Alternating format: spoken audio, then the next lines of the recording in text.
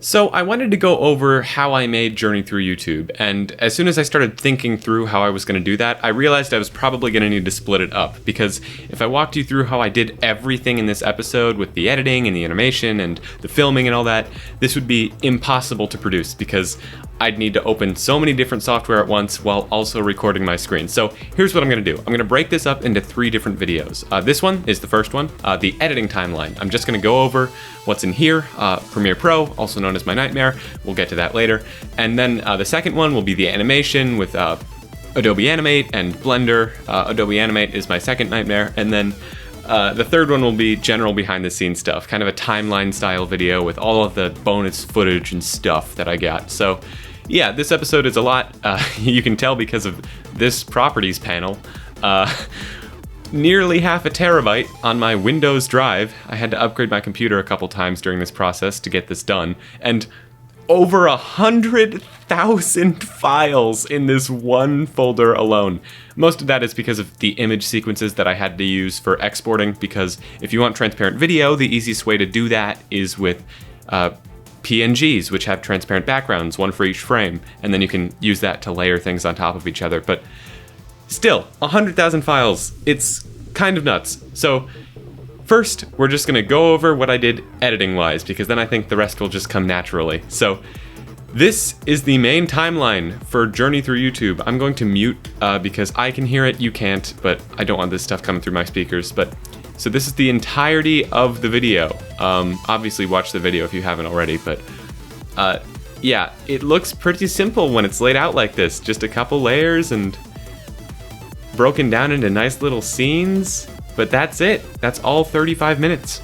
But looks can be deceiving, because if you click here, you'll find that it's actually broken up into scenes of nested videos and nested edits. So even here, like this opening house shot is its own little thing that links to an Adobe After Effects project. And that's how I got this little wavy effect going.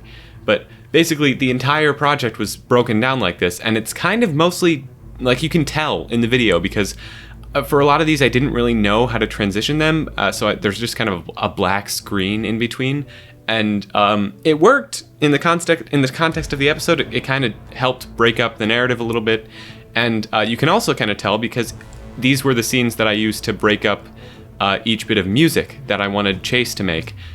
So I sent him kind of early versions of the timing for each scene, and then we went back and forth with the finalized versions. But yeah, I'm just gonna go over a couple of things that I edited, because there were a couple pretty neat like most of this video was just animate what you need to animate, and then kind of break it up and just edit what you need to edit. And there weren't a lot of really complicated edits because of that. A lot of the cool stuff was based in the animation.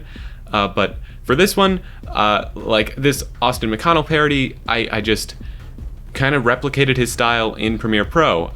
I just quick sound effects on text, and I use my own animations. But for this one, it's not even Adobe Animate. It's just Premiere Pro is moving this image around. Like even scene 2, which is like an 8.5 minute scene, it's just a lot of like individual cuts. Like the audio down here was kind of a nightmare, but audio this entire episode was a nightmare, so it's nothing special. It's just a lot of cutting between what I animated. But stuff like scene 3 is a different story. You'll notice that my computer has started to chug, and that's because I controlled all of the camera movements and all of the layering for this scene, not in Blender, but in Adobe Premiere, because I wanted to be able to quickly do it, like make these scenes in the subscriptions room on my own without having to go back and re-render stuff if I didn't like it. So what I did was I exported this is why it's taking so long to render, I exported an 8K photo of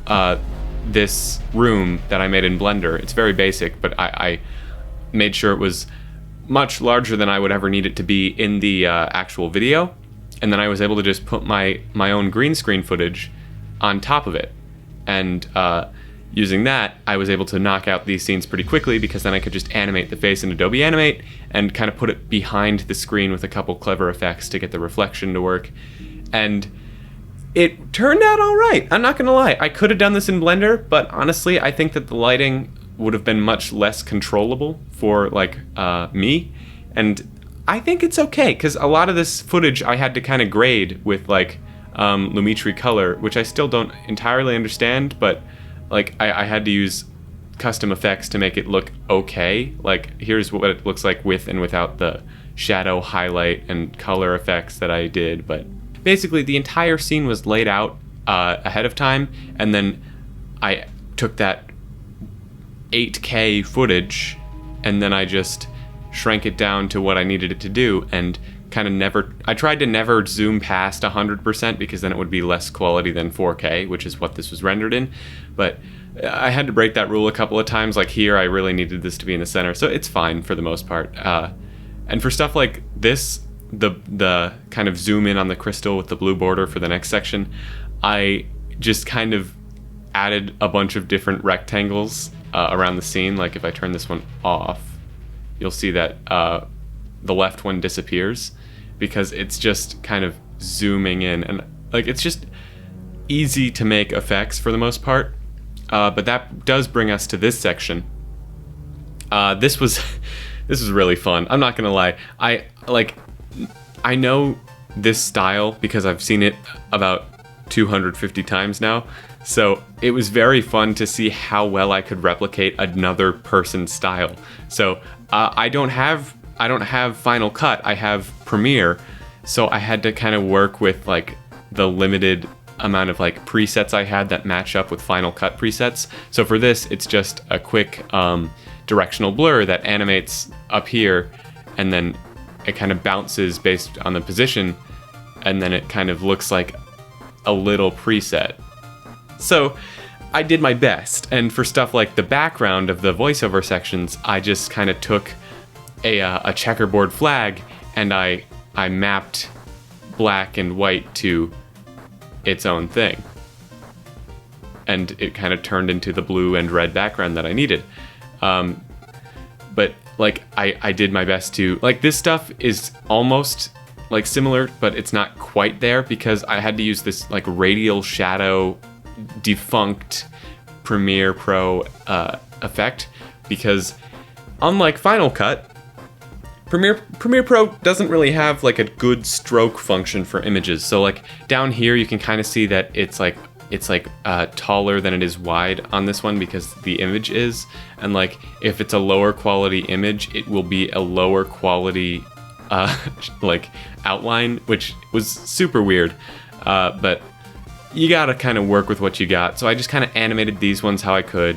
This one took a couple of tries because I didn't like how like the back newspaper got bigger or something. So I also can blow your mind right now because this room that I'm in is my room. And I don't know if you've ever seen my room, but it's not blue. My room is very green. So what I did was I turned my room blue with the color replace Premiere Pro asset, and for stuff like this, shots like these where I needed to be zoomed in, I have multiple layers of that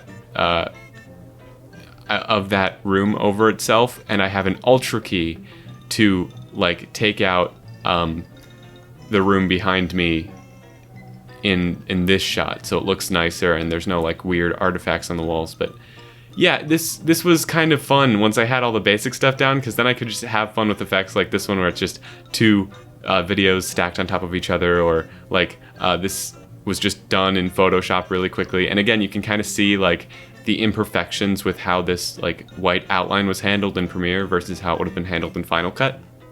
So it was just me having fun after I got the basics down. Like this Walmart bananas bit, like these aren't real bananas, these are real bananas, so I had to just kind of take a PNG of bananas and turn it into this background effect, because one luxury of having the green background is that, again, I can use that Ultra key and key out the background and put stuff behind the actual background, like these bananas.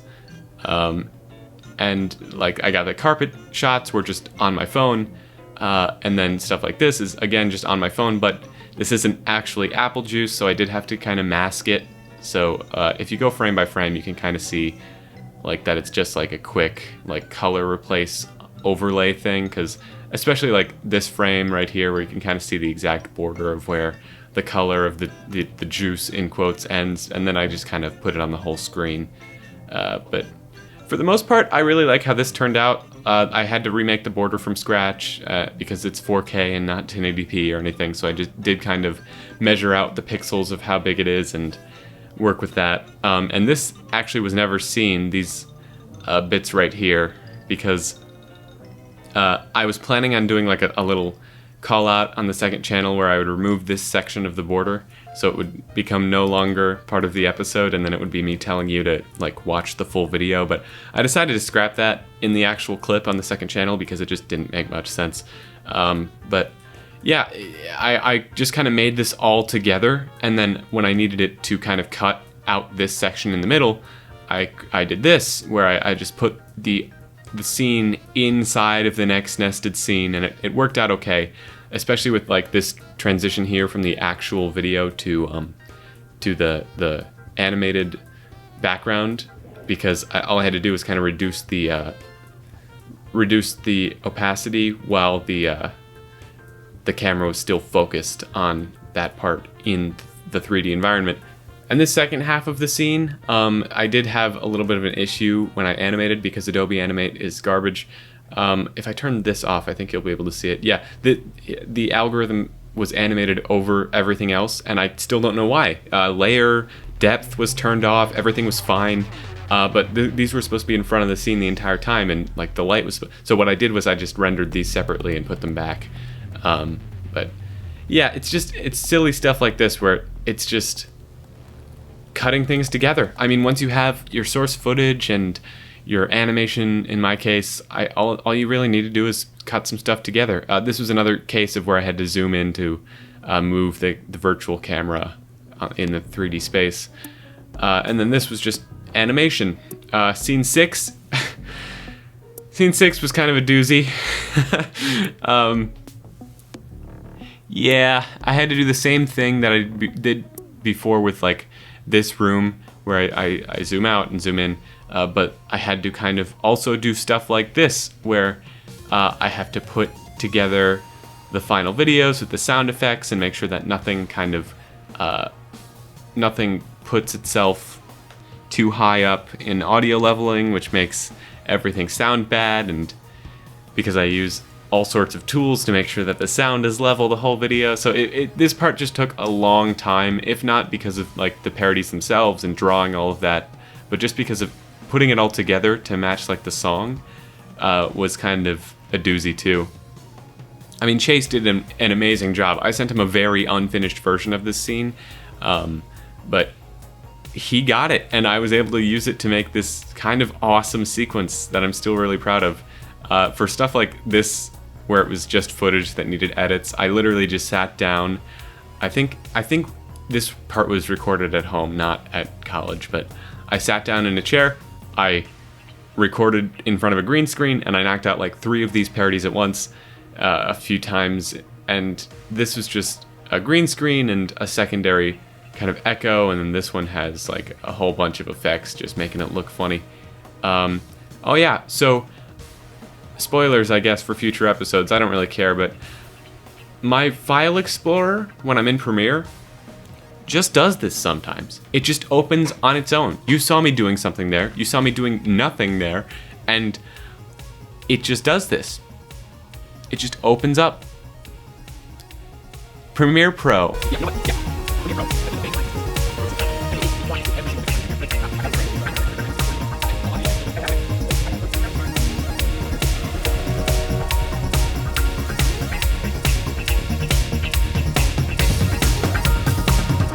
Okay, we're back. I just needed a second to refresh after that. Adobe's fine. They're not the best, but they're fine. This was, again, a lot of cutting. This was all done in the editing software. Same as here. Like, a lot of these were just easy to quickly just bang out as fast as I could. For, like, transitioning between these parodies, you can see that there's kind of this red overlay that's handled here. I pasted these throughout. They're just little cross dissolves, basically, where they're like 6 frames, and they use the lighten blend mode to kind of make everything almost red, but it doesn't like make the whole screen red. It just kind of is a quick and easy transition between each of them. I'm actually really proud of how this one turned out. I had to blur all these usernames because like they're just regular people's usernames from like fake chat, but I extracted every element of Doug's like stream here, and I kind of photoshopped everything together with the right font and stuff. So I'm really happy and pleased with how this turned out. Because it looks pretty seamless. I'm not gonna lie. Like this looks like it's just part of the stream. So I'm pretty happy with how most, if not all, of these little parodies turned out. Like Vsauce, Circle Tunes. This one, it really does. Upon like looking back on it, it looks like I traced it. But I mean, watch the animation timelines video because I didn't. I had a reference and I was just like, I'm gonna get as close to this reference as I possibly can. I'm a huge fan of Scott Falco. And Mumbo Jumbo, and Marquez Brownlee, and Brain Dump on Max G's Hot Diggity Demon. There are like 3 different names. This one was actually really fun. Check the animation timelines video. It's going to be a lot more fun than this, because this one, this effect almost ruined my computer while we're on the topic of Premiere Pro. This, I think, nearly corrupted the entire project. This little kind of pseudo 3D thing here, because this image is so large. It's so huge. Like, this is just an actual zoomed in part of that image. These aren't separate, like, images at all. And this is the small version of this image. This image is so huge that it, like, takes up a gigabyte, and it could not cache all of it. So, this is just rapid fire thumbnails, and then this is just basic footage. Scene 7, same story. I'm zooming in on the actual image. The Bradius episode, I had to add a little fix because I hated how I initially did the lip sync for this section. There were too many L's, so I fixed it. This effect is pretty neat because I animated after I recorded this footage, and I just was able to use this and that sort of thing. This is the worst shot in the entire episode. This was like a day before I had to get the episode like finished and uploaded, so I was just like, whatever. Scene 8 was really complex, as you can probably tell, as all of those media, like image, like previews fill in. For this green screen footage, I initially wanted to do everything, as you can tell, like on the actual like Blender 3D environment space, but you know, once you have the source footage like of the green screen, in fact, let me show you that, like as a little preview for some of the behind the scenes stuff. Turn off the Alt key. Yeah, so once you have this footage, and once you have the background of like this Blender scene, I basically thought, why would I do it all in Blender if I could just do it in Premiere? Because at that point it's going to take me a lot less time to like keep laying everything out over and over like I did in Scene 2.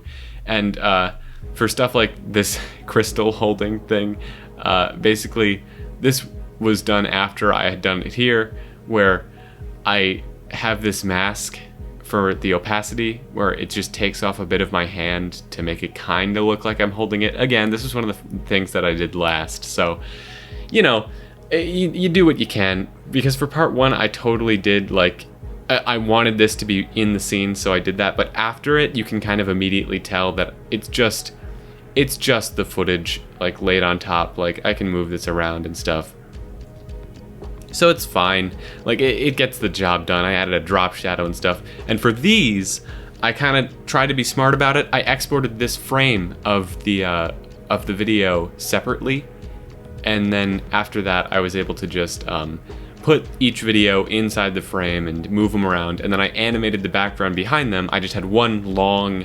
export done overnight of the background just kind of moving around so it would look like they're floating, and it turned out pretty okay. It turned out pretty well, even with these weird like non-similar shots where it's very clear that my hair like changed length and the color is different because they were recorded at different times.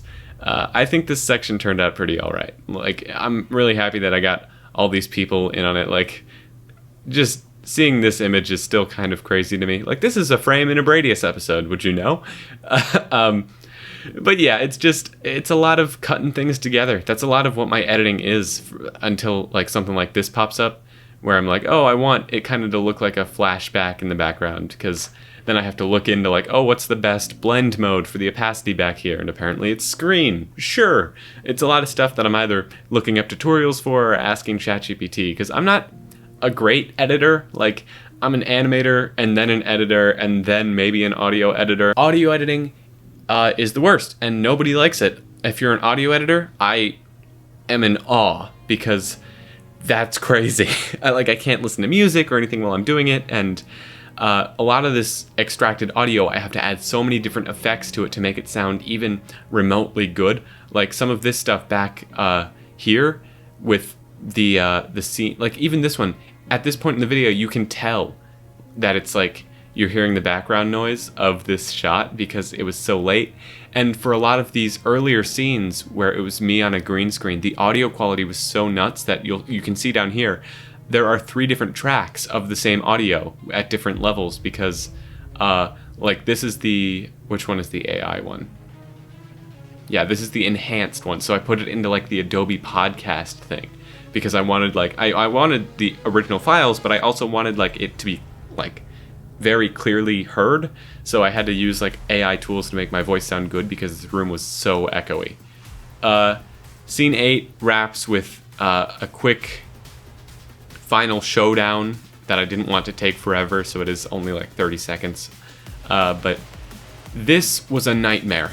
I'm not gonna lie, because you'll notice here it's fine and everything looks like I did it in Adobe Animate, but then things get a little bit glowy and they look a little nicer, because you're able to kind of tell that there's layers to things, because the light is reflecting off of and being hidden by different layers. And this was weird, because I did have to use Adobe After Effects, and this shot right here, I've used Adobe After Effects like before, but this shot, these 30 seconds took like over half of the render time. Like each frame was taking a few minutes to render, and I've never seen that happen, because it's just a pretty simple glow, and then over here I added these kind of speed lines.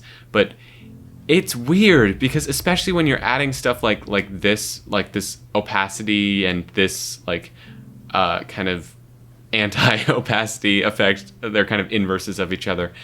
It really doesn't like that, because what I'm assuming is happening is it's rendering it in Adobe After Effects, and then it's taking that frame and it's re-rendering it with the Adobe Premiere effects on top of it.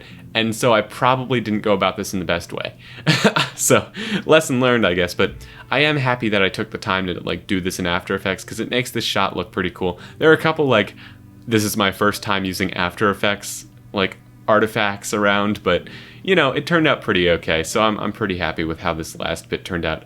Scene 9, kind of a similar story. A lot of different clips cut together, some text, and so I had to hold here for a second, and then I synced it as much as I could with like this bit right here, where it's just a pretty simple VR glow type thing, where I turned down the threshold for what can glow, and this is for both the background and the foreground, and it makes for a pretty seamless transition between like animation and live action. So I think I'm going to do this again in the future, because I do really like how this turned out, and it was pretty quick and easy to render too. So again, this is just more live action footage. This actually was a green screen.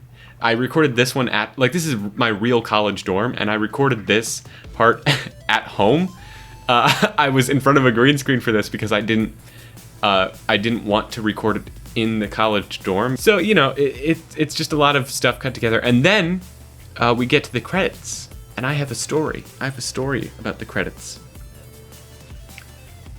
8 hours in to the render, it had done everything, including the after effects of scene 8 that took forever, and including all of the 8K footage scaled down to 4K. And it gets here, and I literally wake up as it's doing this bit right here, and I walk over, and I see it do this pretty quickly, and then it takes a bit to do this, and then it gets here, and then it stops. Adobe Media Encoder stops, and it says, sorry, there was an error. And this bit right here is not what was originally in the episode, because what was originally in the episode was not just a random screenshot. It was an actual moving part of the episode that I just took from earlier, and it was just the face moving around, so it's not the biggest loss, but still, it got all the way through, and then the entire render had to be thrown away because it just, oh, sorry, I can't do this, even though I did it earlier in the episode. It was just soul crushing, because then I had to get on a plane and start rendering it all again and just hope that it worked, because I don't know what I would have done if it didn't. Adobe is so weird about this stuff sometimes, so I did just take a picture of it using the built-in tool, and then I was just like, okay, this is just what it's gonna be. And so I'm sorry, Lily, but it did just have to turn into kind of a still frame. For these, I just kind of added a blur and a vignette around the entire thing. It was, and like there are a couple masks here, like I had to mask around people so they looked pretty clear. Like this is a pretty simple thing to do. Most of the effort for this part came from syncing it up with the credits, because I wanted it to kind of... So Adobe heard me talking shit about their software and decided to completely overload Premiere Pro so that it overloaded OBS Studio and crashed the recording. So I'm just going to go over what I was about to talk about and did talk about for several minutes here. In short, I was almost done, but basically that credit sequence was pretty simple. I just had to put drop shadows on things, and for the older episodes in the background of the season credits, I just took the older episodes and put some masked opacity overlays on them. I am really, really happy with the way that this episode came out. I am over the moon with how everything exported and how high quality it is, and I'm not so over the moon about what YouTube compression did to it in some cases, but you know what? I'm counting it as a complete success. If you want to watch a much more entertaining part of the behind the scenes stuff, watch any of the next two videos that are going to come out, because I'm going to go over the animation, which is really fun, because I'm mixing all these things together, and then I'm going to go over the behind the scenes stuff, which is just a huge timeline of all the extra footage and funny stuff that happened along the way. So I will see you in those, but for now, I'm going to go curse out Premiere Pro for a little bit.